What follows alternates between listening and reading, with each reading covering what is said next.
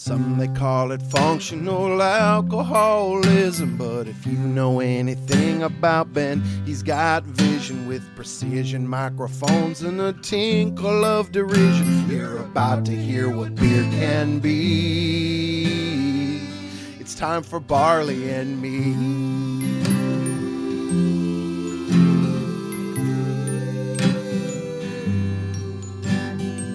Welcome to Barley and Me. I'm your host, Ben Rice. This is episode 155. We're here today in Oak Park, Sacramento, California, talking with the fine folks at Oak Park Brewing / People's Beer. With us today, we've got Rodg Little. Hey. And Geoff Scott. Hey, what's up? Thank you guys so much for coming out here and taking time out of your busy day to talk about People's Jubilee. Thank you for having us. Thank you, Ben. So, let's talk about People's Jubilee. What is it? What's going on? People's Jubilee. We're paying homage to people of color and craft beer. So we are the past, present, and future. So we're just trying to get more people exposed to craft beer. We're also trying to increase our presence in the beer world. Right now, we're standing at 1% on a whole as far as brewers, brewery owners, and people in the industry. Yeah. Not even close to the general census findings of percentage of minorities. Yeah. It's definitely needs to be something people work on. And I'm so glad that Oak Park is consistently making efforts to remind people that blacks brew beer as well. Good plug. That's Rodg's handle. Yeah, I usually say those to the end. Instagram. Check them out. Rodg at Black's Brew right Beer. up front. I'm going to buy you a beer later. So People's Jubilee, this is a celebration of, is it mostly California breweries? No, right now we're working with 30 breweries, black-owned breweries throughout the United States, and we have one in Costa Rica. So I guess you can say it's an international endeavor. International, baby. Yep. So are they doing these at their locations as well, or is it all coming right here to Oak Park? So we're holding our event here in Oak Park. The event's going to take place on October the 7th, but we do have some people.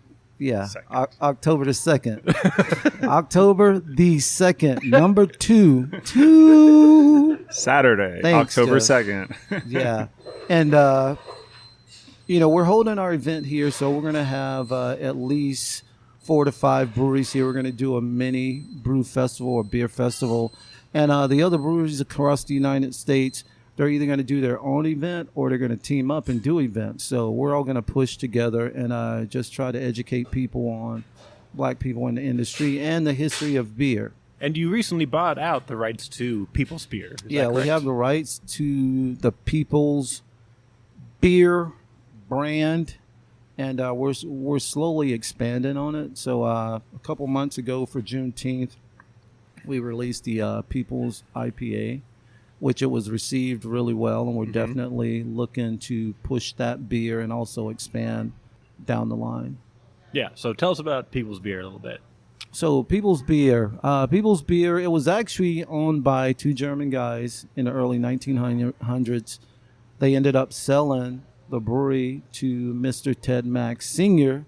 So he bought the brewery in 1970. The People's Beer was already established. He just kept the quality on the product.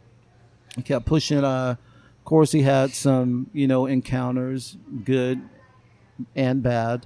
But the bad eventually just shut the brewery down. I learned about this from his son, Mr. Mack Jr. There's a thing called black bagging.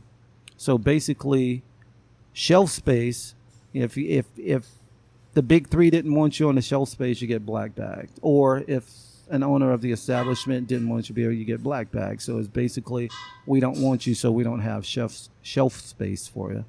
But People's Beer, the beer is amazing.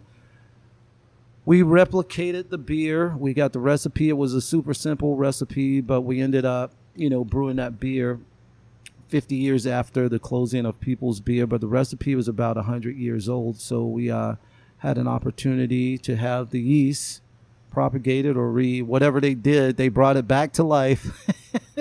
They brought it out of cold storage. Yeah, they brought it out of cold storage. And grew new yeast for us. So that's awesome. Yeah. So, Yeah, that's a little bit of history on the People's Beer. Do you need more? Or? I was just going to ask you to make any changes to the recipe to fit the more modern beer drinker's palate. No, we kept the lager recipe the same as the recipe we had. It is a little different. It's a little maltier than, say, your traditional lager that's brewed nowadays. So right now our lookup lager is just straight Pilsner malt. This one has a little bit of corn and a little bit of Munich in it to provide a little different flavor characteristics.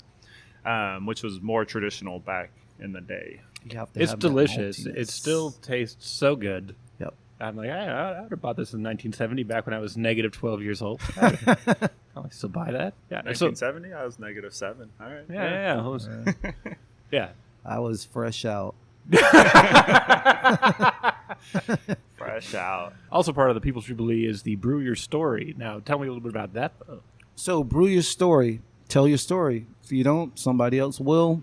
And if they do, they might not tell it the way you want to tell it. So tell your story. Yeah, and part of that is, Rodg had mentioned to me early on that he did some research on Theodore Mack Sr.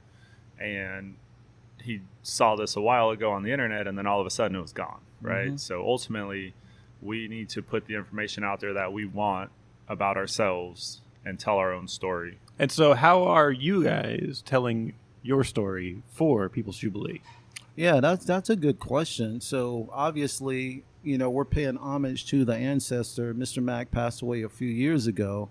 Mr. Ted Mack Jr., he's going to be with us on October 2nd here in Oak Park for our first annual People's Harvest Time Jubilee. And as far as stories, everybody has a story. Like the way that Geoff and Beck and I met, we have a story. The way that I became part of this brewery lineup, everybody has a story. So basically, like I said earlier, we want to tell our story or it's going to get suppressed or somebody else is going to tell it a different way. So with my story, I don't know if this is true or not. And this is, I don't know. This is your story. It's your story. It's your truth. So with my handle, Black's Brew Beer, my friend approached me once I started brewing here, and she was like, hey, you need to do an Instagram page and share your story. And at the time, she basically told me that I was the only black brewer, commercial brewer in Northern California. I didn't know that. I don't know if it's true or not, but she's in the industry and she works with a lot of breweries in Northern California, Southern California, like Washington. She travels a lot. So, I got to run with that. But, I have to tell my story too, So it's a long story. It's a funny story. It's a story that'll make you cry.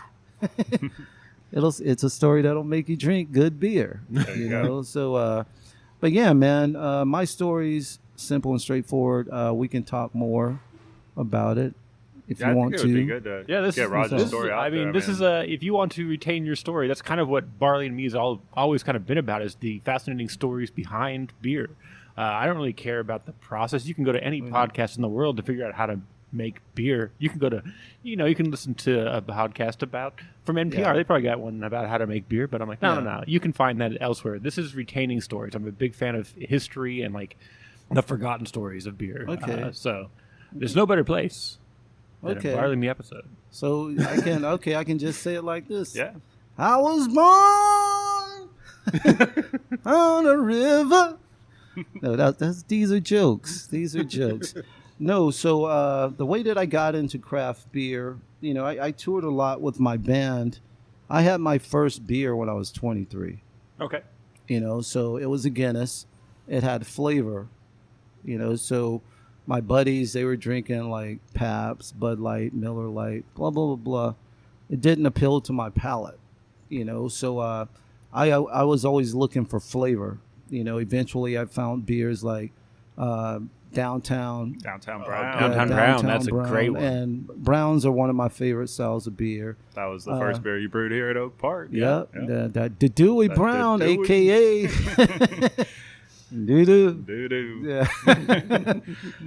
I just started finding beers that tasted better than those beers, and no disrespect to those beers. Those breweries are amazing at what they do. They've been doing it for hundreds of years. I got into like Bohemia, Modelo. He got into those beers. But just fell in love with the Belgian style beers once I linked up with Rob and Pangea Beer Cafe. He opened my mind up to a whole different world of beer, and I got turned out by the Belgian styles. Oh yeah, that's a great way in. Yeah. So the Belgian styles are the gateway to craft beer, and that's a joke. That's just in my opinion. I mean, they're very flavorful. They're not super bitter. They're more approachable. And they have tons of flavor. So if you're looking for something with some flavor, they're the way to go. And they all didn't taste the same. They had different aromatics, and so had an opportunity to get around a lot of home brewers, commercial brewers, brewery owners. And I just tapped into those resources, and slowly I got involved with beer judging, and that pretty much changed my world. Got into the geeky side of things, the grains, the hops, the equipment, the process, and you're like, say that again, Geoff. Oh, I was just saying you should talk about the homebrew club. Oh yeah. Okay, I was going to get to that. Okay. You got my back. Geoff has my back. You think I was going to let this go? No, it was going to show up, Geoff. Okay. Yeah. I'm a professional. Sure. I know. So we're all professionals. Sorry to interrupt. Yeah. So thank you, Geoff. You're still building. You got to be. Okay. Yeah. You know why he knows? Because he knows my story. That's true. He's part of my story. This is history in the making. You guys don't know that. Barley and Me and Oak Park Brewing, Geoff and Rodg chilling out and having a cold one. Having a cold one. Yeah. So every Thursday. Yeah. 4 o'clock. Yep. On Instagram. Okay, back to our story. We'll edit all good that ad. We'll edit all that out there. It's all staying in. That was an advertisement it's all within. Good. Yeah, we're being ourselves, right? Yeah. All right. See, cool. Once I got, into those things, a hobby turned into a passion, expensive hobby. That hobby turned into an expensive hobby real quick. So once I started home brewing, man, it was like I was brewing 2 or 3 times a week and working a 9 to 5 job, and I had to be there at like 6, 7 o'clock in the morning. So if I get off at like 2:30, 3, take a nap, start at like 6 o'clock, 2 o'clock in the morning, I'm trying to wrap up. Yeah. So, but it was a good time. I learned a lot. I had an opportunity to go to Geoff's former establishment, and that really opened my eyes to taking my home brewing to a whole different level. Because I was using like buckets and carboys, but then I was like, wow, this, all of this commercial equipment I have. So I started using my corny kegs. Air would never touch a beer, and I was transferring everything using CO2. So my beers got better. Won an award, and I was like, that was cool. But then everybody started talking smack because I put it was a weed beer. Okay. Oh, I remember that beer. That it was good. But it was good on many levels. Yeah. So with that beer, that's a whole nother story. But anyway, in 2011, I reached out to some friends. We got together. We started brewing. A year and a half later, we were like, man, we got enough people to start a homebrew club. We've been doing it steady for a year and a half. What do you guys think about starting a real homebrew club? Which there was only a few in our area, and we started the Underground Brew Squad. So that was great. Right now everybody's talking about diversity in the craft beer world. Our homebrew club, I think we were ahead of our time. Because we were like, dude, if you want to brew beer, we don't care what you look like, blah, blah, blah, blah. It's all about beer. So we had a very diverse homebrew club. In 2013, Annie Johnson, native of Sacramento, she won the National Homebrew Competition for Brewer of the Year. And the following year, I think it was the AHA, and they wanted to add 2 new locations to the National Homebrew Competition. And Sacramento was one of them, and they reached out to us, my homebrew club. We were babies. We didn't know anything about that competition, but we took it on. Janice flew out. She was a member of AHA. She was just going to oversee what we were doing. We had everything so locked in and proficient that she didn't have to watch over us. She ended up judging beers for that competition. And she, you know, when it was all said and done, we had all of our information in, like, everything recorded, you know, ready to package to send to all of the home brewers within a week. And typically it was taking other, like, locations a few months. Wow. But we were so dialed in. So we did that for 4 years straight. And all of a sudden, you know, we were getting opportunities. And I'll just cut to the chase on this. Our homebrew club ended because everybody, we're in the industry now. They're all commercial. Yeah, we're clubs. like deep. Yeah. You know, we're Mike Brennan, Cassandra Sutherland, like Dreadlock Mike. He's at Stone right now. Like, we're in the industry deep. And our sales rep, she was one of the founders of the Underground Brew Squad, Mike Brennan. He's working with BSG. You know, so it was a good thing, man. And, you know, people ask us all the time, man, why don't you guys put the club back together? It's just like, you can't forget Ellen. Yeah, Ellen at Crooked Lane. There's a lot of people, you know, like Calvin at Fort Rock, Pete. Yeah. You know, it's like a lot of people. So what I'm hearing is that you have two bands you have to bring back together. You got your music band. You got your actual and the brew band. Oh, when you say bands, I have a few music projects, so sorry. you have to. Sorry. So what I'm hearing I do a lot. I wear many hats. So, yeah, but there was discussion last year at Claim Stake when we were doing the Black. We were there for the Black is Beautiful campaign, just supporting Claim Stake, and Marcus Baskerville, he was there, so I got an opportunity to talk to him. But I ended up running into somebody, and they were like, man, your homebrew club, we should do a documentary and see where you guys are now. And I was like, man, that would be really cool. Do like a short film on where everybody is right now and what they're doing. So, and the diversity of our club, it spoke loud. We had a great work ethic. We were actually the homebrew club to open the door, or clubs, homebrew clubs, to present their beers at beer festivals. So you can technically do that now because of us. Nice. You know, it's like we put the work in to do that. So, you know, my story is a long story. It's a funny story. It might be a boring story. I don't think so. You know, and then somehow you ended up here, but there's no known footage for that. Okay, that's an open-ended like statement.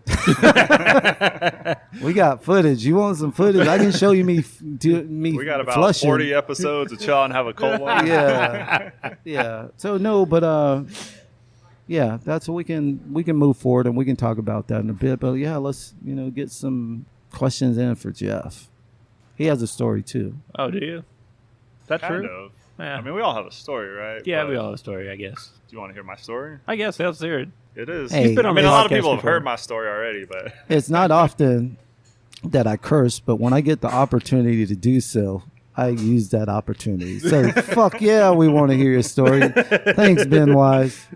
You're welcome. Oh, I called you Ben Wise. That's my homie, Ben Rice. Oh, I just Ben thought I Wise. misheard it. Ben is wise. But also, thanks to Ben Wise. Yeah. For he's part of my story. He's part of your band that needs to get back together? Nope. Yep. But he Different was there. Now, my band inspired his band. Okay. I do have a question, though. As far as any future documentary, short film type things, is there footage of the Underground Brew Squad working together that you could pull from some archival footage? That's a great question because I have a background in film and video. Another hat that Rodg wears is film so and video. A lot of people, I don't talk about VHS tapes coming out of everywhere. Hey, I got VHS, High 8. I got a lot of stuff. But there is footage. We did a lot of stuff in the community. We put Beers and Sack on. I don't know if you guys know who Beers and Sack is. But we were a big part of that, exposing them to all of our connections and resources. So we did a lot, man. We did a lot in the community. So we were responsible for Barley's Angels, Sacramento. Yeah, and there's plenty of stuff to pull from. I feel like you could probably do that documentary, and it's I think it's a story worth telling because I think a lot of people kind of overlook that homebrew aspect of where people come from. Yeah. And like you said, you put a lot of work on other aspects of the industry, and now everybody's in there. That's everybody wants to see the winner. Yeah. There's a lot of sad documentaries where there's losers. We're like, no. This is all champions all the way. And that's a good segment or alley-oop Geoff and I call to while we're doing the People's Harvest Time Jubilee. Tell your story. Yeah. Bam. That was good. I do what I can. Speaking of stories to tell, my story. No, let's hear Ben's story. Yeah, How let's did you hear get your into story, podcast, Ben. Ben? I've told this story. My stories are never good. I don't like. You're like, yeah, is that the story? Like, yeah, like you should lie. That's what I get. Man, we're here. We're here. This is good, right? Yeah. Like the story of Oak Park. He was at 1 million. He was that one out of that 500 million that got through. So you're here. You have a purpose. That's a reference to all the children we have.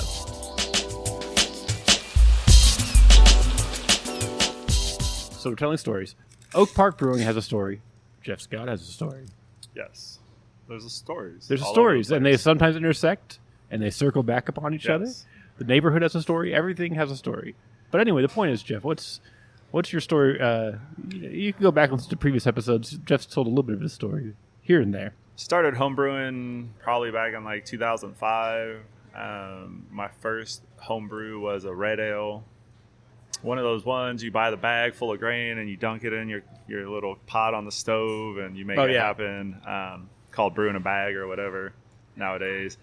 Did one batch like that and then quickly moved to buying an all grain recipe for more beer and started doing all grain batches. Wait, like how quickly? Like one batch? One batch. One batch. Okay, yeah. I You're did like, one batch. like this beer's fine, but I feel like everything about how I did it is not ideal. Yeah, I mean, Let's move over. Just one batch, and then I knew I enjoyed it and had a passion for it after that. So I wanted to just jump into it, right? Yeah. And that's usually what you do with passions, right? You just jump into them. Yeah. Same happened to me, Dive Geoff. on in, and malt run with extract it. was. I was like, this ain't a challenge. You got some syrup you're adding to it. It's already done for you, right? Yeah. So and it's not that great. No, that's pretty standardized, right? Yeah. Let's get some user error in this story. Yeah. How can I mess this up to make it good?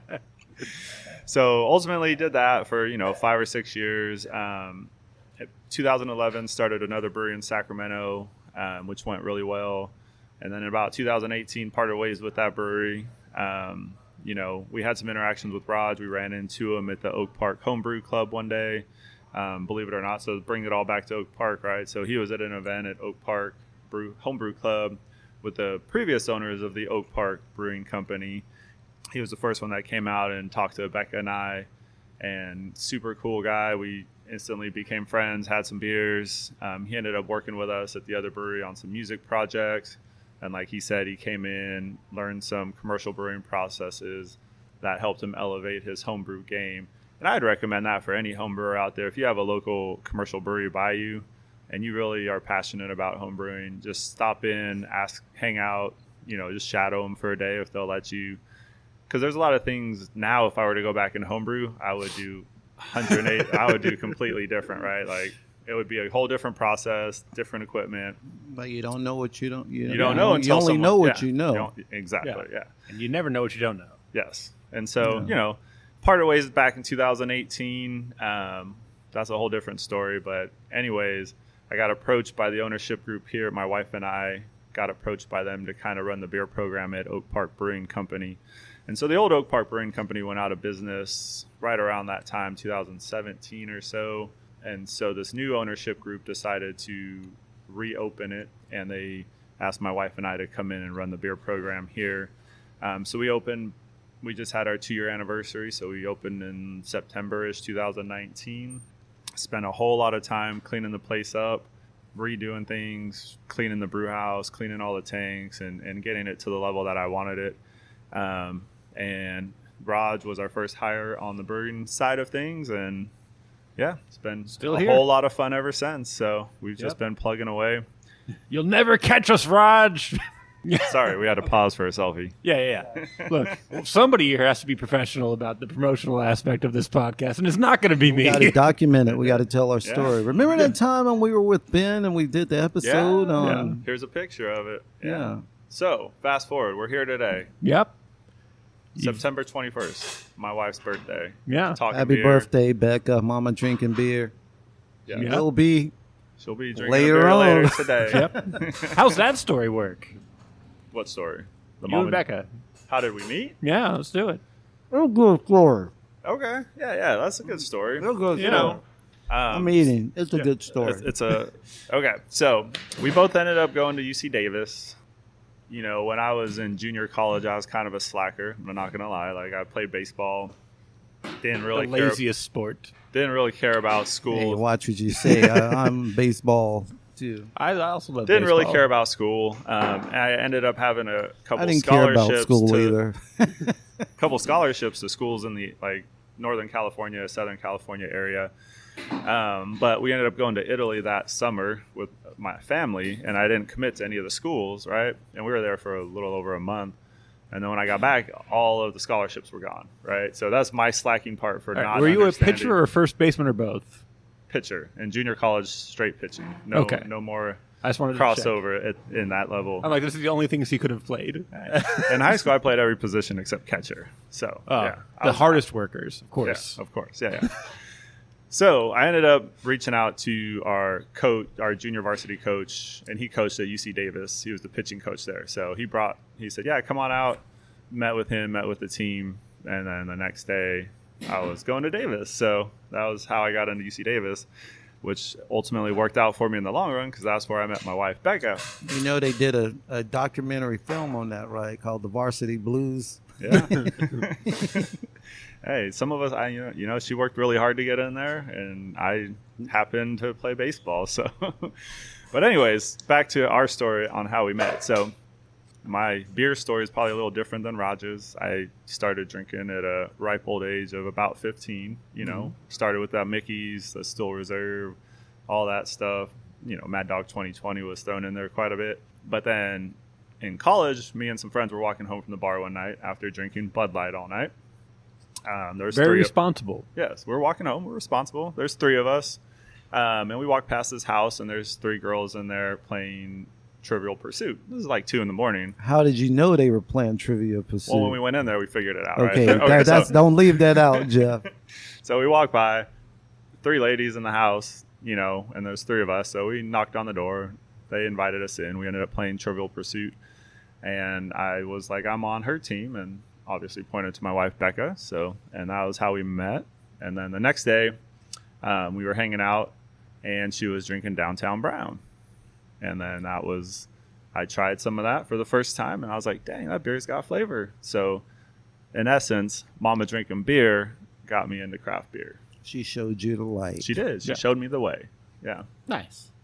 I'll tell mine. Just because I don't remember if I've mentioned on the podcast yet, but I'm about to have my first child. With, congratulations. Congratulations. You put the peanut in the peanut hole. Month and a half out. Okay. terrifying. And you'll be all right. You'll be good. Yeah, we met at an open mic at Old Ironsides. Okay. And Becky, she had a friend at the time that was very competitive with men with her for no reason. Okay. Like Becky was not in the competition. She's like, no, I'm just gonna be me. I don't need to do That one's too easy. I'll let that slide. Right. I'm not saying anything. Anyway, so I thought her friend was like the person that was interested in me. So I was like, I'll talk to this friend. I just like was blind to any sign that Becky liked me. Also, she's much younger than me. So I was like, oh, she just wants advice about comedy, clearly. Because I'm so good at it, you know. And He is. I'm cracking up right now. Yeah. So I spent like a few months missing all the signs, as I am wont to do. Okay. So I was doing this run of shows that were for charity. We were raising funds for a bartender that had a brain cancer that was fighting through all that stuff. And he was like, you know, bills were piling up. So we were doing these fundraiser shows. And I did I was supposed to do a show at a bar that does a really great brunch that I'll never go to again because of the story. I go there. I was working with somebody else to help organize the shows, and I go there. I'm like, "Hey, I'm here to set up for the show." They're like, "What show?" I'm like, "Oh, the charity show for bartender who has brain cancer down the way." He's like, "I don't know anything about the show, man." I'm like, "Well, here's the emails where your boss offers the date. We confirm. They confirm. I got a guy who currently is living with cancer who's coming to headline this show, coming up from American Canyon. So we're doing the show." He's like, "You're not doing the show." And I'm like, yeah, but I feel like we should do the show. It's already a thing. He's like, I can't let you do the show here. Like, can you call your boss to confirm this is happening? He's like, no. Then as I'm leaving, he's like, hey, man, sorry your friend died or whatever. I'm like, he's still alive, and we are raising funds for him. All right. So I was in a bad mood. Oh, did you not hear me say he's coming up to headline this comedy show? Like, oh, he wasn't headlining. He was very much like still in the hospital at the time. But we had another friend who also has cancer, by the way. Okay. No, another comic person. with That's what I thought you said. Oh, sorry. I've got another comic who does also have cancer. Okay. All right. So, sorry. That's a storytelling issue on my end. All good. It's all So, good. Comedy. So I make a ranty post on Facebook like you do. And so Comic in Chico, which is where Becky was living at the time, is like, hey, you want to come do a mic in Chico? And I'm like, I mean, that gives me an hour and a half to scream into the void while I go. So, yeah, I'll go to this open mic in Chico. So I go, and Becky's there. She comes straight from work. So she apologizes for what she's wearing. And I'm like, which was like nice clothes. She's like, I don't usually dress this nice. I usually wear like Ninja Turtle shirts and like shorts. I'm like, yeah, that sounds great, actually. So everybody in the Chico scene knew that she liked me, and I still had no clue. And so most guys don't. No, I have no idea dumb. what the hell I'm doing at any point in time in the world. And so they all know. And so when she sees that I'm there, they like clear out like the Lakers clearing for Kobe to drive the lane. Like they just like leave us alone for like 2 hours, which never happens at an open mic. Like everybody wants to talk to everybody for no reason. Like, please go away. Yeah. So we talked for a very long time. Where I learned about the Ninja Turtle shirt and had a good time there. She gave me snickerdoodles, and I was on my way, and I was like, haha, I just told that comedian about comedy and myself. Booyah. Cut to 8 months later. I don't know what's wrong with me. Like, I'm just like so stupid. I also stood her up on a Halloween for a costume party because I didn't have a costume and didn't want to embarrass her at that. And yeah, somehow she still stuck around like an idiot, and then eventually went on a date where we went and saw every Star Wars movie. Okay. Nice. After going to brunch, and even when we went to brunch. So did you see them all in a row, or was So that was supposed to happen. You were supposed to miss that Halloween. Yeah, like real dumb. Yeah. And like, so we go to brunch beforehand, and I'm like, hey, is this like comedy or a date? And she's like, it's a date. I'm like, oh, hell yeah. All right, cool. But it is hilarious. She clarified that one. She's like, no, it's a date. I'm real dumb is what that story is. Just mostly me being dumb for like 10 months. Not dumb, just in guys your own world. Don't pay attention to stuff. I'm like, that doesn't make any sense. She's much cuter than me. She's younger than me. She's up in Chico having a good time, being 25. Hey, why would she ever want to pursue this? Let's turn the music on so we can just groove. And that's how the story ends. Yeah. Now it's 5.5 years, 6 years later. We're having a kid, bought a house, all that fun stuff in Oak Park. Right down the street, walking distance. But it was almost like that Dave Chappelle, wrap it up. Like okay, you've done enough talking about this story. That's what that story is. Beer, fine. I drank it at a beer festival, and I was like, oh, all right. Yeah, I know the first time that I hadn't met you yet. I think I officially met you here. But I saw you at the Art of Beer event. You guys were set up. And I was like, oh, that's the Barley Me podcast. So that was the first time I saw you. And I was like, okay, I remember the face. So actually, I think we're getting to know each other more. You know, we have conversations. Typically, if there's like a, some form of trust in a relationship, you can share personal information. Yeah. So, man, and this is from me. I'm nobody special. You guys are going to be all right. I think so. Yeah, and nobody's prepared to have a kid. No. Oh, my God. No, you can read all the books you want. Get all the advice from people you want until you're in it. You don't know. You don't know anything. So I've done, obviously, what I decided was like, those aren't going to help you. So I'm just not going to read them. And I'm sure that's what I did. Fine. I was just like, I read like a few of them. Like, when I was like, man, but then when you got into the game, those books were out the door, man. I was a kid once. I've been around kids. I have hella nieces. But it is documented, man. It's like, it's like I have a daughter that's going to be 15 this year. And the worst time. You want to see? I got a picture of her fresh out. Yeah. Like, I'm like, dang, man, just to see how she's changed over the years. And she's hella cool, man. Just like, I'm like, dude. Hella cool. Yeah, that's the goal. So I would like to have a child who's themselves. Yeah. Like with a little bit Now of a my splash. son, on the other hand, Yeah. no, You can't Hey, control. he's himself. cool. He's got his own thing going on too, right? He's cool too. Yeah. I think you told me a story the other day. Anyway, we'll leave it off air. But yeah, that was a funny story. But So, and this is what it's all about. Just reverting back to the first annual People's Harvest Time Jubilee, Brew Your Story. Everybody has a story. Like, I'm gonna remember these stories, So that's one of the things we do here. All of our beers has a story. People remember stories. That's why when we come out, we'll tell you the story. And then if you want to know what's in the beer, we can do that. But people remember stories. People drink stories. oh, did you just coin that now? I just coined that now. Trademark it. Yeah. So Mama Copyright. drinking beer. September 21st, 2021. Oak Park Oak Park Brewing Rodg. Company. 11:47 a.m. 3514 11:57 a.m. Sorry, Yeah. Broadway Avenue, Pacific Standard Time. Sacramento, California. 95817. Yeah, I'll give you guys. I'm cutting everybody in at this table. And then I'm signing out. Yeah. I don't Yeah. ever Yeah. Keep anything. No, I don't. I'm not selfish like that. I'm like, He's no. not.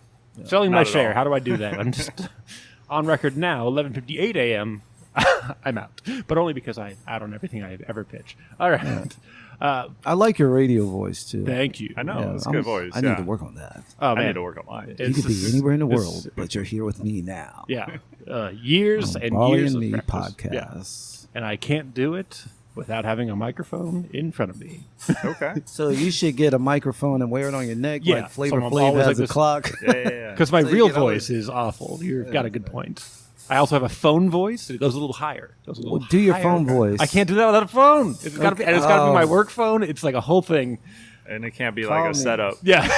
No. A personal phone is different than a work phone. Yeah. They're very different. I'm a chameleon. I'm not. I'm a liar. I think Chameleon. It's where- Yeah. I mean, But that's, we're just getting to know you. That's part Yeah. of your story. Speaking of telling your stories, brewing your stories, drinking your stories, I know you said you were going to talk about it once you come out to the People's Jubilee, but still, what are you making for the event and why?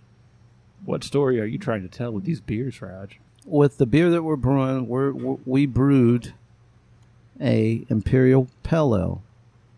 You ever heard of one of those? Imperial Pale Ale. Red Pale Ale. Oh, boy. Imperial Red Pale Ale. So, with that being said, I like red beer. I like red ales. Yeah, it does. So You got a red lager on?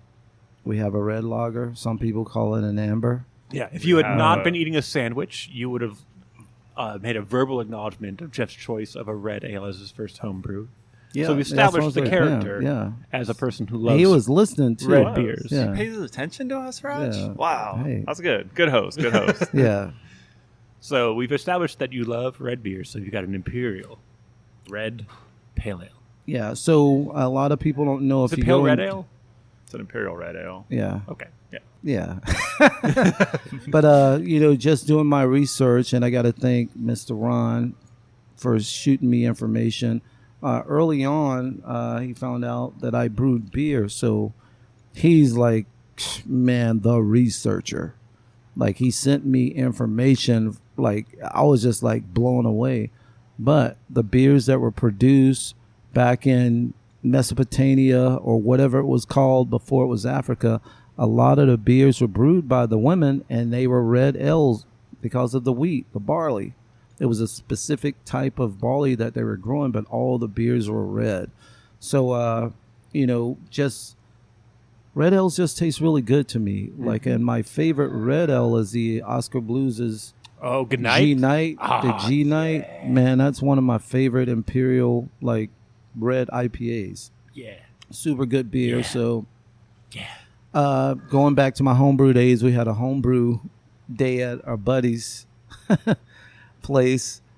The best beer I ever made, as far as a red ale, we use fresh flower hops, and I think it was so good because I spilled like a gallon and a half of it on his driveway. Nice. I told you. How do you So- make mistakes to make this good? Yeah, right? You so just and it stumble was into never them. it was never the same after that. It was good, But that was the one. That was the one that got away. So, so I chose the red ale because it's like blood, sweat, and beers. We're telling our story, and it's like we bleed the same way. We have the same colored blood rolling through our veins. So, yeah, the red ale's it's close to my heart. See what? Yep, that's some red blood there. Yeah. He's bleeding for this podcast to prove a point. That's crazy. I'll sacrifice for the cause. So you're just putting out the one beer on your end, and then it's guest taps and things like that? Or, Geoff, did you brew your own story as well? No, I didn't brew my story. It's part of Rodg's story. Our so story. It's our story, right? Our story. Right, true. So ultimately, at Oak Park, we brewed our Imperial Red. It's a new beer. Rodg has been talking about this beer for a very long time. Wanted to do it with a certain band. No, but we still got the Imperial IPA red. Yes, you're right. So we can still do it. Yeah. So for this, that's Rodg's style, like Imperial Reds. He's talked about it since the day he started here. So it's good to put that out there. But we ended up doing 2 other collaborations for this event that we will be releasing at Oak Park on October 2nd. It's the people's first time annual harvest time Jubilee. So we did 2 other collaborations. So the first one that we did is with Daryl from Beer Talk Now. Mm-hmm. He's asked us for a while to brew a beer, and we're always looking at like the high ABV Imperial Stouts. And then him and Rodg came up with the idea to do a old fashioned inspired beer, right? Oh boy! And so we ended up going as high ABV as we could take it. Our mash tun overflowed. We couldn't get all the grains in. And that beer is currently fermenting away still. Yeah. We added a lot of orange zest and orange peel to it. We're going to end up tinkering around with it once we get it into Bright Tank to add a few extra flavors to it to really tie in that old fashioned. But we're looking at about 13.5%. Yeah. On the ABV. So our highest ABV we've done here is 12.5%. So we definitely pushed the limits of what we can do here. And then the second collaboration we did, which was a lot of fun, and I mean, they both were a lot of fun, but this one was fun in the way that it was using a lot of grains and products that we've never used before. So we did a collaboration with 2 gentlemen, Brewing with Brothers out of East Palo Alto. And Denzel. Buki and Denzel, 2 cool guys. They actually met us at the Juneteenth celebration where they brought some of their home brews. And so these 2 gentlemen are looking to be the first Black-owned brewery in East Palo Alto. They're working through their process. And we really enjoyed the beers we had at the Juneteenth celebration. And then so we ended up inviting them out and brewing a Black Belgian triple with them. And so we used a lot of grains, Viking malts that we've never used before. We used a yeast that we've never used before. And it's just a lot of things for me from like the brewing production side, or it's a lot of ingredients that we've never used before. So in my mind, that was the fun aspect of it, is always learning and trying new things. So we'll have those 2 beers here. They're going to have their tent set up at the Jubilee, pouring their beers. And I believe they're going to be bringing a couple extra beers along with them to try. So it should be fun. So those are the 3 beers we brewed here. And then we have a couple other breweries coming out for the Jubilee. Helicoastal will be here. Hunters Point will be here. Field 15, which we just found out that it's a brewery / winery in Placerville, and it's Black-owned. Right down the street. Yeah, right up the hill from us. Yeah. And they approached us just because of the promotion that we're doing for the first annual People's Harvest Time Jubilee. October 2nd at Oak Park Brewing. Nationwide and international. Now. You don't even need sound effects with this guy. No. He just knocks it out. This is why I don't do any post-production in that realm. Everybody's got a handle on it. Yeah. And I just wanted to point out to listeners who haven't been to Oak Park Brewing in a while that this Brew Your Story idea that you guys are pitching for the People's Jubilee, I feel like about 80% of your beers have a very clear story to them. You're constantly giving back to your community. You're utilizing your assets around the industry. Is that get tiring, just constantly trying to work with other people? And you're like, I could just brew this beer straight up and not tie anybody in. for us at Oak Park, Rodg came up with this term. It's about art, beer. We brew the ABCs, art, beer, community, right? That was actually Becca. Becca coined that. Becca coined it. Okay. Yeah. So, yes. Okay, so Becca coined this phrase, we brew art, beer, and community, right? And part of that is community, which is people around us. It's doing collaborations with people like We Are Sacramento, Her World at Brittany, collaborations with other breweries like Touchstone, New Glory, and a lot of local artists that we use in there as well. And that's actually, I think that inspires us to keep pushing the limits and keep trying to really segment ourselves as a pillar in the community, as a safe place people could go of all genders, of all color, of all beliefs, right? And that's kind of what we push forward. And collaborating with all these different groups of people helps solidify that. And we're about taking action and about pushing the limits and progressing the area of Sacramento and the nation to be more inclusive and more diverse. And without taking these actions, it would just be us talking about it. So I think by doing all these different collaborations, we're actually taking steps to show that we're doing this. Yeah, and if I can ducktail off of that, just the collaborations, we didn't realize how many collaborations we were doing until somebody said something. Yeah, you're just like, this is what we do. Yeah, this is just what comes out naturally. It's like, and with Becca coming up with the, basically what we're using as our slogan right now, we're all about the ABCs. It's easy as 1, 2, 3, art, beer, community. It was something we were doing, but we were always looking for that one thing that would define us. That's what we do, no more, no less. Anybody can come in here and say, hey, we want to make a beer with you guys. Me personally, and I think I can speak for Geoff and Becca, now Brittany joining us, it's got to make sense. Yeah. Why are we doing it? It's not a money grab. We don't make any money brewing beer or selling beer. It's like, it's not about the money grab, but my homebrew club, the Underground Brew Squad, our thing was educate, create, and have fun. And I bring that here every day. I don't push it on Geoff and Becca, but that's actually what we do: educate, create, and have fun. Mm-hmm. Through our beers, you get educated, just like the first annual People's Harvest Time Jubilee. We're trying to educate people on a global platform, and I'm gonna say this. A lot of people have approached me and they were like, well, why are you just reaching out to black-owned breweries? And I was like, because the industry, we're less than 1%. So we want to share their stories. Like next year, we're going to open it up to everybody, but there's a vision. Yeah. There's a vision. So, it's like we have friends of all different skin tones, whatever you are. If you're a good person, we're rocking with you. The main thing, I had to do it this way this year because, yeah, I had a vision. Like I got the vision when we did last year's event. I'm sitting there, I'm like, oh, it was actually going to be called the Sons of Mac. But then I was like, well, we have females in the industry, so that doesn't make sense.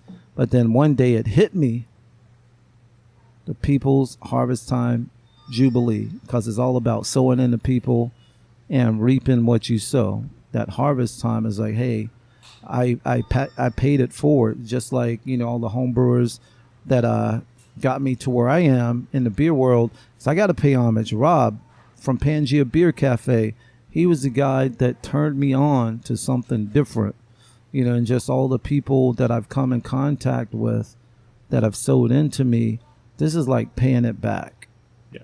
Hope that makes sense. I think it does. And yeah, you have to show proof of concept that this is what this is. You need to, like, if you start muddying the waters early, you can't really show that this is what this event is for. So I think you're doing it right. And if anybody's pushing back, that's just like, you have your time. You're 99%. You're fine. Yeah. You're missing out on one thing one time. Yeah, because I mean, you're it's gonna like, be fine. With Geoff, I had some time, off from work, and I just hit him up one day. Hey, man, I got some time off. Can I come through and brew with you guys at, like your old establishment? And he was like, yeah, come on down. And I was like, man, I'm like geeking out. Like I'm looking at everything, blah, blah, blah, blah. what do you want me to do? I'll do it because I wanted to learn and see it on a larger scale. So I can safely say this, Geoff, for both of us, we got to pay it forward. Yeah. Because we were helped by other people. And I feel that when breweries, I don't know anything personally, but I'm like, man, as a home brewer that goes commercial, you got to pay it forward. If you don't have access to the home brewers that are coming up behind you, how did you get to where you are? Yeah, that's kind of what you have to do. If you have expertise and you find somebody with a quality, it doesn't have to be all the quality. It's just like a quality that like we can do something with this.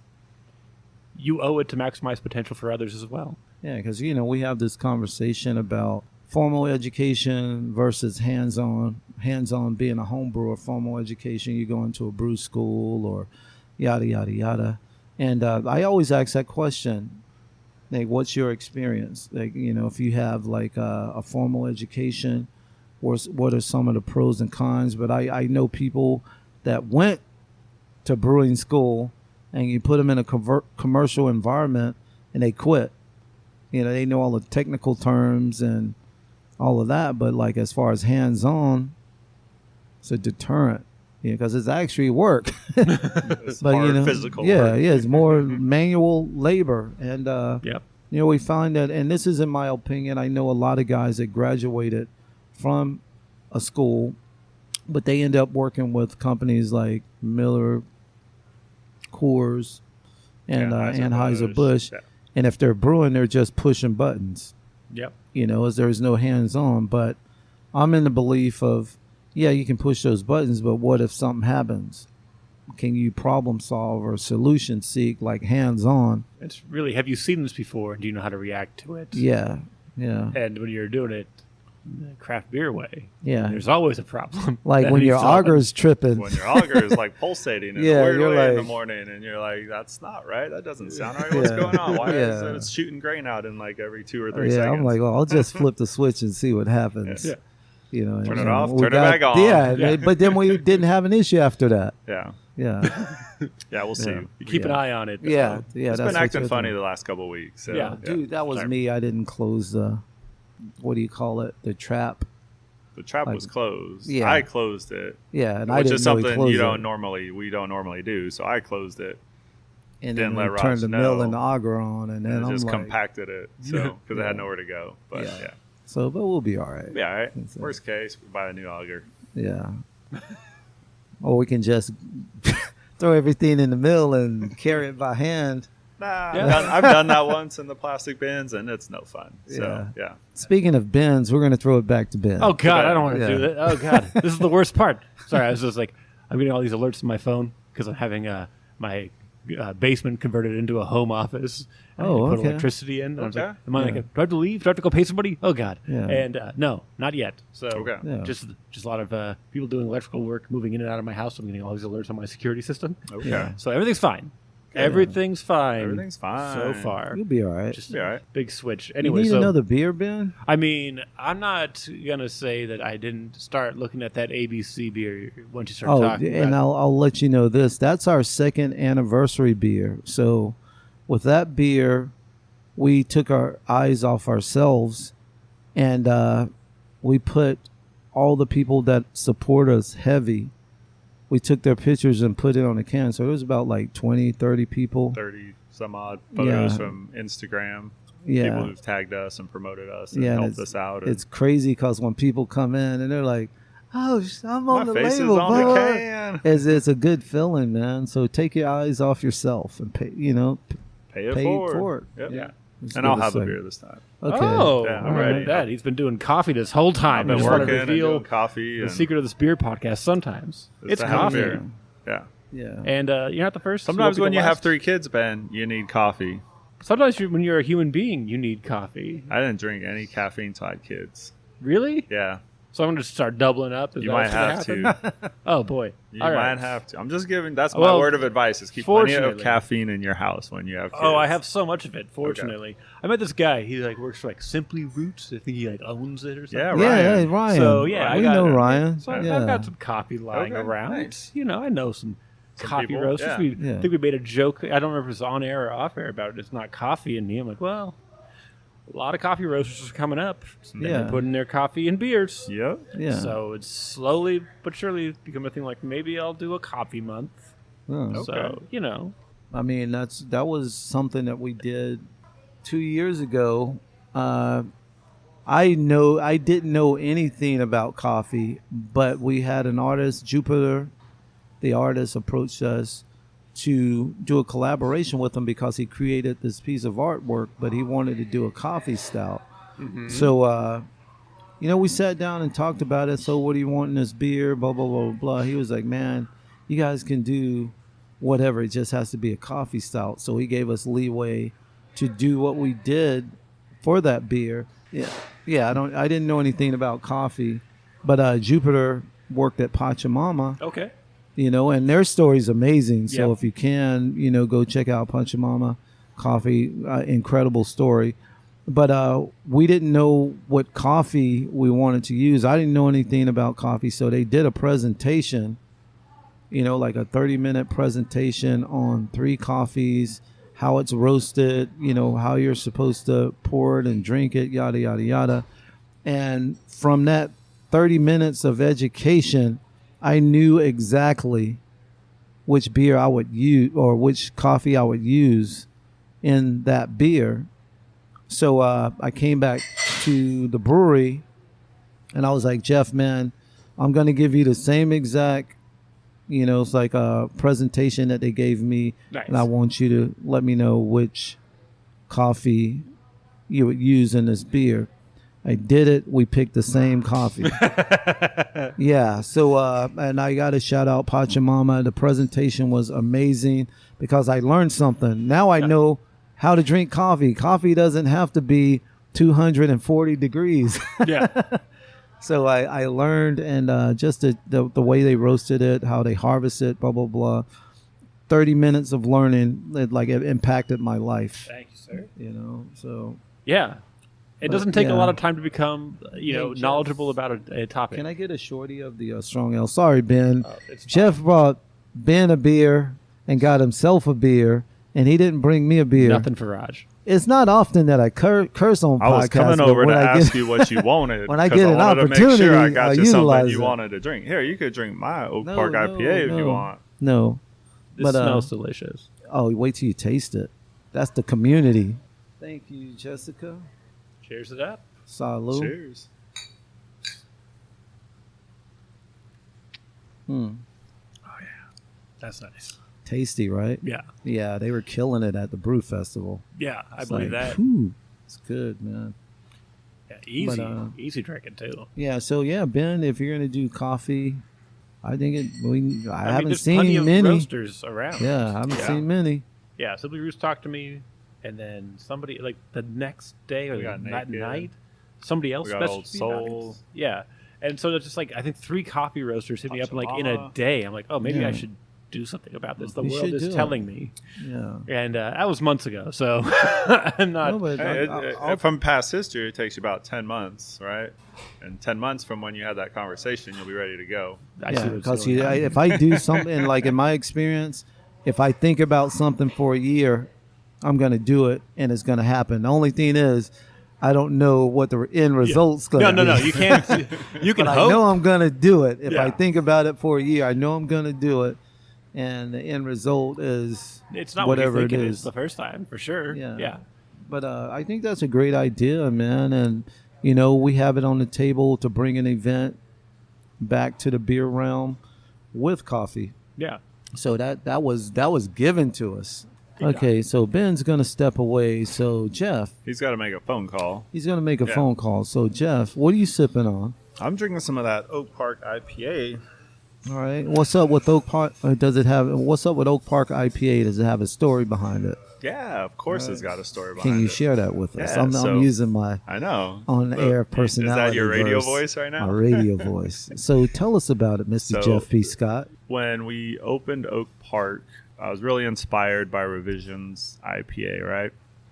Just looking at their can and reading about it, saw they used a lot of Mosaic and Simcoe in it. So coming into Oak Park, I wanted to brew a pale ale. Didn't necessarily want to say, hey, I'm brewing an IPA with the same hop. So the goal was to brew a pale ale, like 5.5% that used Simcoe and Mosaic.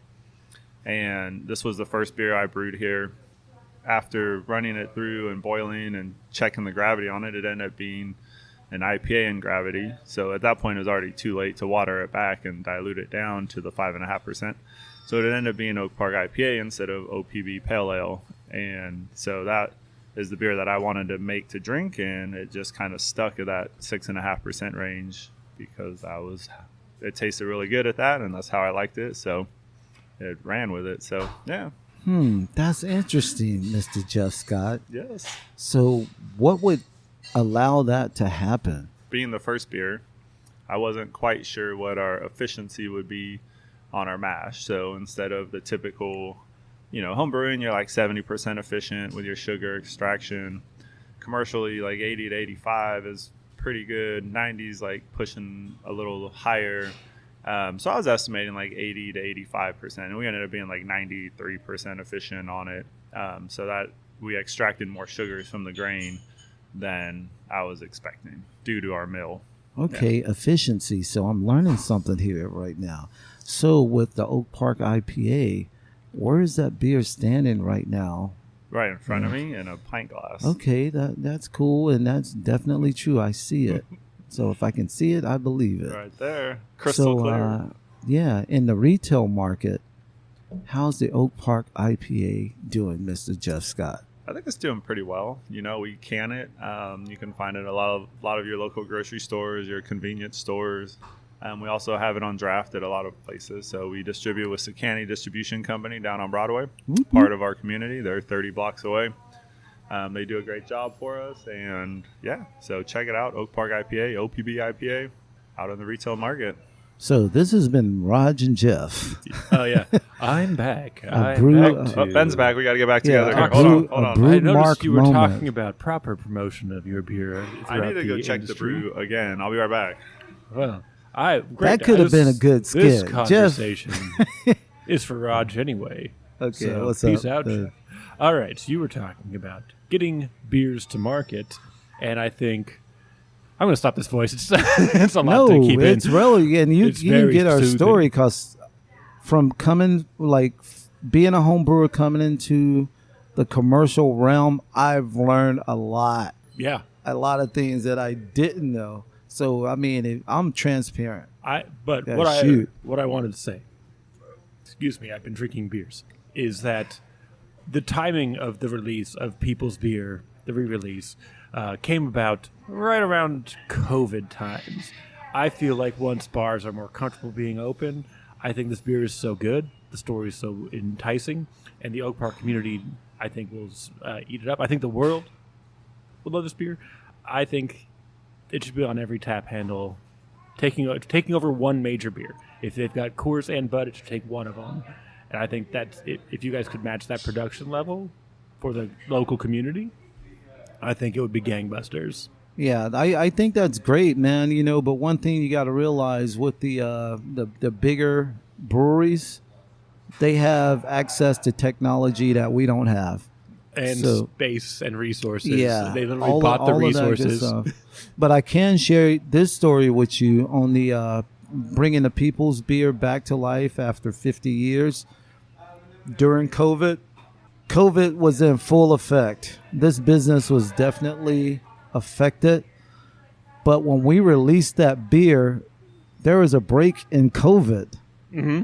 Our event was insane. There were so many people here. It was unbelievable. I was to the point where I was like, man, I'm not even going to take pictures because this is crazy. But the marketing that Becca did on that campaign, like, man, people were hitting us up. We had so many, like Geoff and I, we were brewing beers. But, man, we probably did like 30, 40 like interviews, like basically news outlets, podcasts.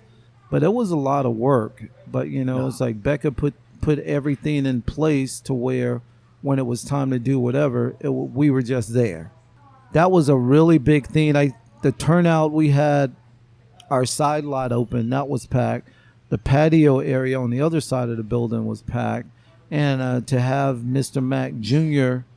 on our panel, and we were talking about, the history of people's beer and his father's journey, and, just having me and Geoff up there, and when you hear Mr. Mac Jr. speak, you listen. Because I did a lot of interviews. One day we did 8 interviews, and at the end of that last interview, we're walking back to my vehicle, and he's like, Rodg, man, I feel like I'm going to pass out.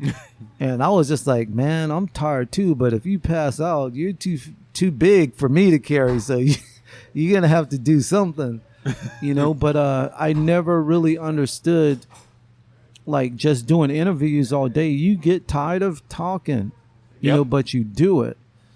So we were exhausted, but, I'm glad I had the opportunity to do all of those interviews with him.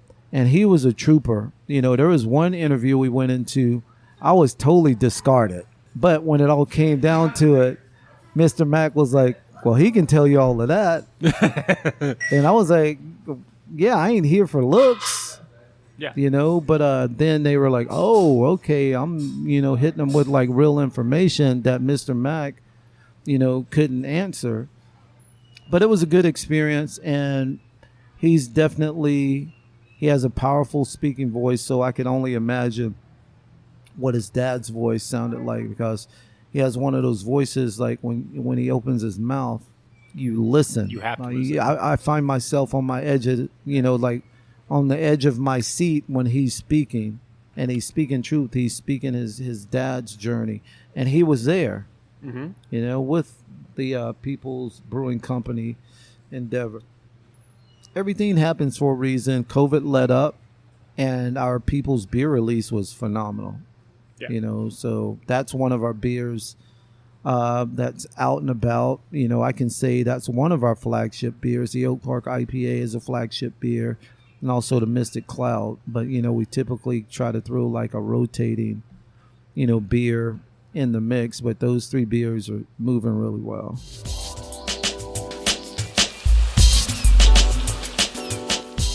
I also used a 4-pack of People's Beer to close the deal on my house. So You did? Yeah. Nice. How'd that work? Oh, great. Yeah. They're like, great, I hate IPAs. I'm like, perfect. Yeah, well, this is exactly what you probably want then. Brewed by the people for the people. Yeah.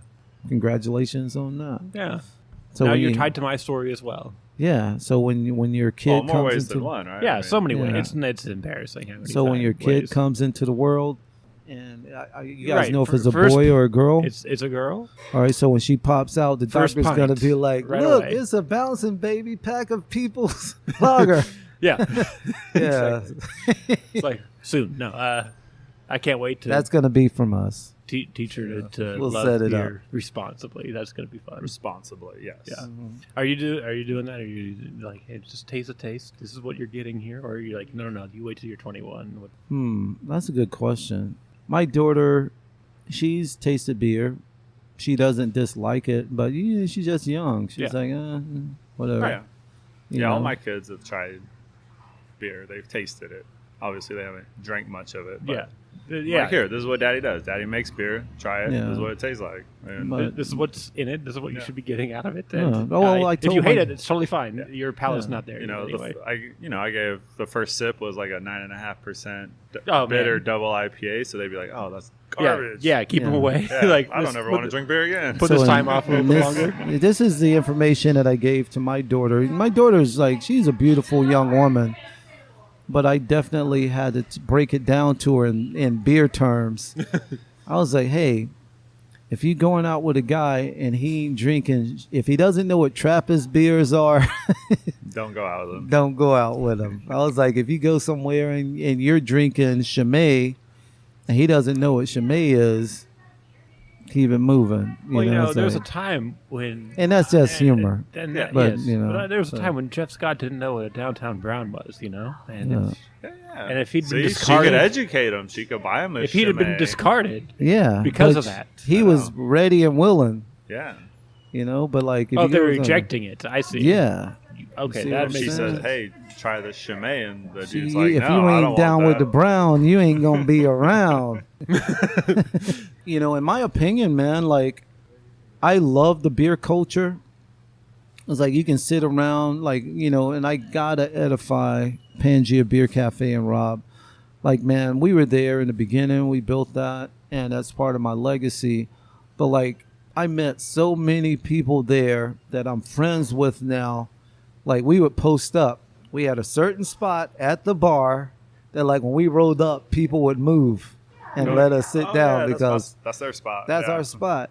But I met a ton of people just having conversations about beer, and we're still friends to this day just because of those beers, But it's a great conversation piece, and, beer makes the world go round. Yeah, I even have stories of people I met at Pangea where pre-Barley and Me, I was doing a lot of beer events with people that I met there. Yeah. Great little spot. And it's around the corner. Yeah. And that's why I'm like, man, Oak Park Brewing, it's a good location. Who would have thought there would be a brewery in Oak Park? Not a lot of people. There was one before this version.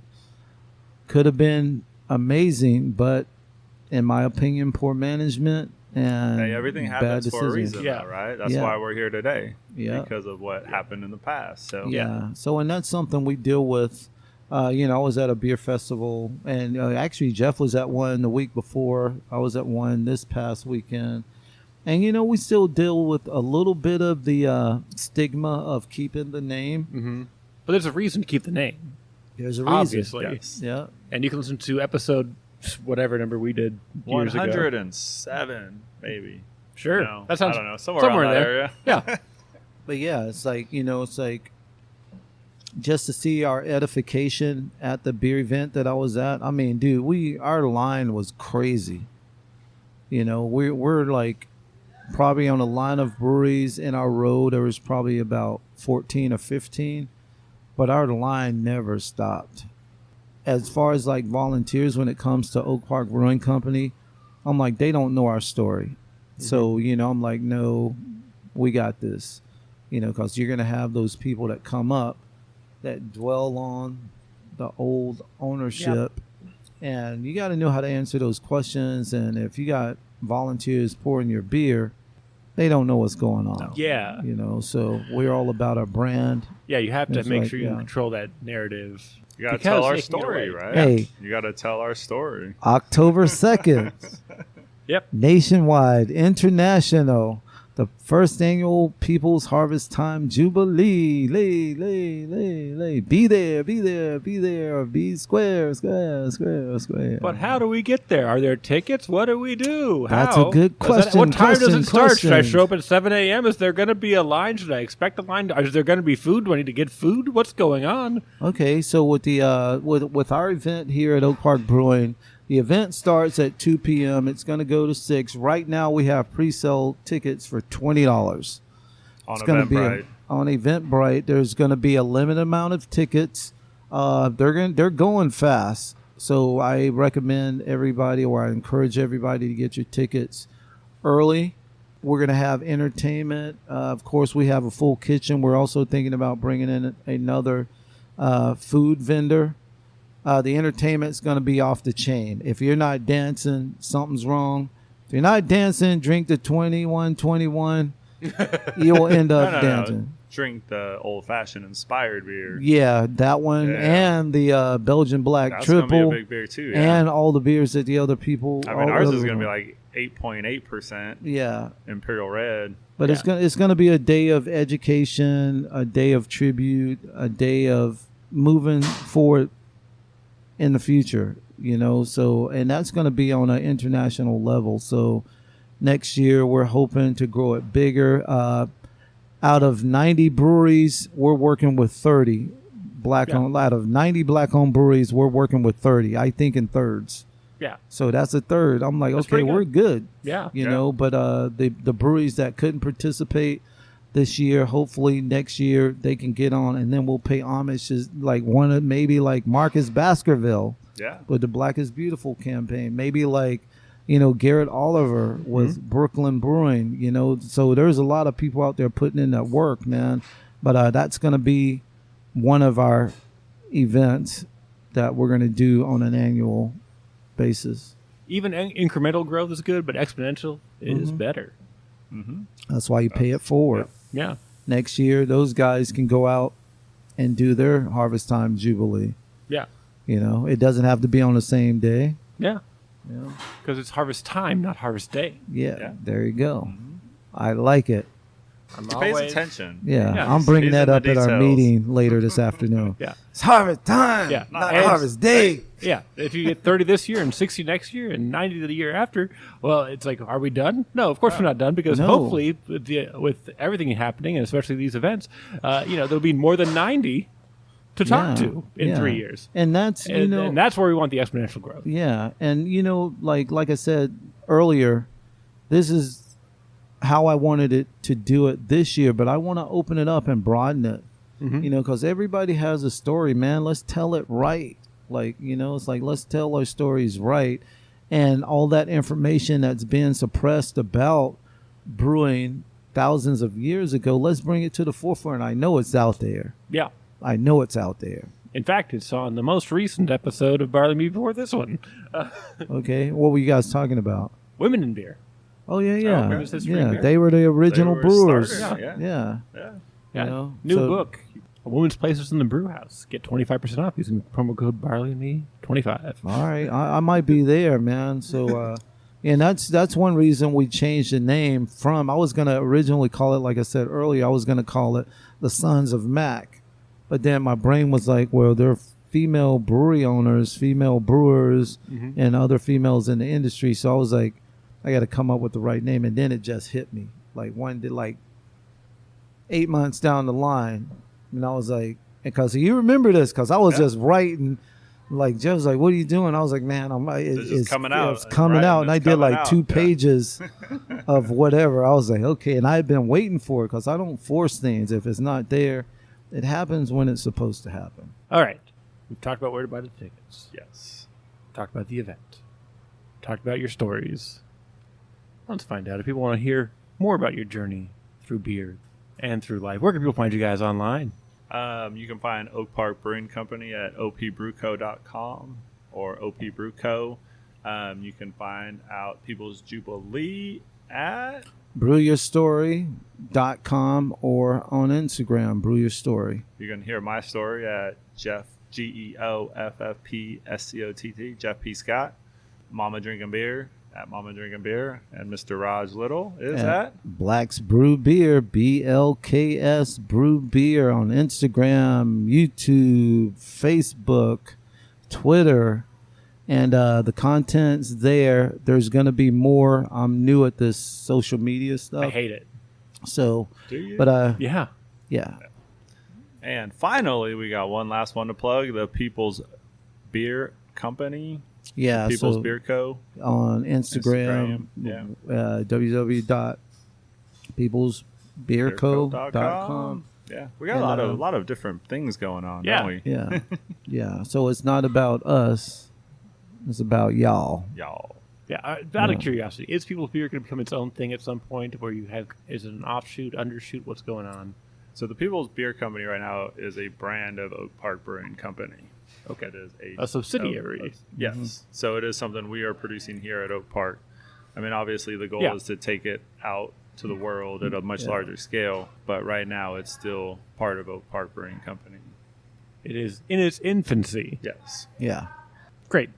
I'm just glad there's so much intention behind that product. Also, I wore just more stories tied them together. Went down to LA this weekend. Definitely wore my People's Beer jacket anywhere it was slightly cool out. Yeah, yeah. Nice. And if I can do a shameless plug, Of course you can. Ben, yeah, man, you guys go check us out. Brew Your Story on Instagram. Get those numbers up. It's really unique how we're approaching marketing on this campaign. If you go to Brew Your Story on Instagram, you can see all the brewers and the breweries that are participating. They're doing clips, and I'm like, They're man, doing this is hella 1-2 minute cool. videos about themselves and Yeah, telling and their they're all story. different, so you're seeing the creative side on their, like with their team on how they're telling their story, Yeah. and the other day I just sat down for Watched like them, right? 30 Yeah. minutes and I was like, oh, I'm looking at like the production but of course listening to their story, but like looking at the energy, so, and I got to shout out Brittany and Mama Drinking Beer for like laying down the path for this campaign, because they're like the brains. I got the vision, and it's like, Geoff and I, we execute on the other things, but they are holding it together. Tons of hours. Yeah, we're all work. Tired, but it's all going to pay off. Yeah. And then shameless plugs on my end. For Barley Me, you can follow Barley Me across social media at Barley Me Pod. Go to www.barleymepod.com to see really nothing special whatsoever. Let's see here. You can get T-shirts through zenthreads.com. That's zen-threads.com.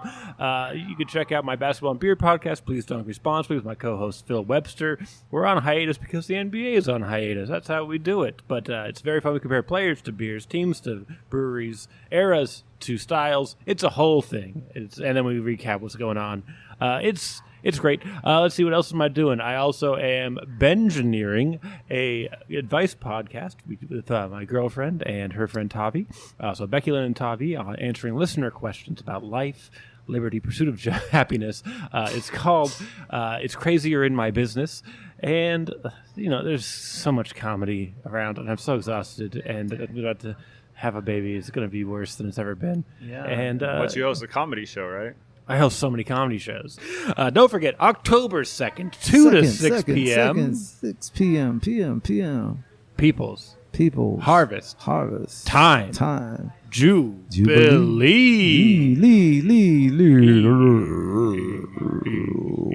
Tickets available on eventbrite.com. Get more information at obbrewco.com or follow them across social media at obbrewco. Raj, thank you so much. Ben, thank you. It was our pleasure. Geoff, thank you so much. Thank you as well, my friend. And thanks so much for listening. Get home safe.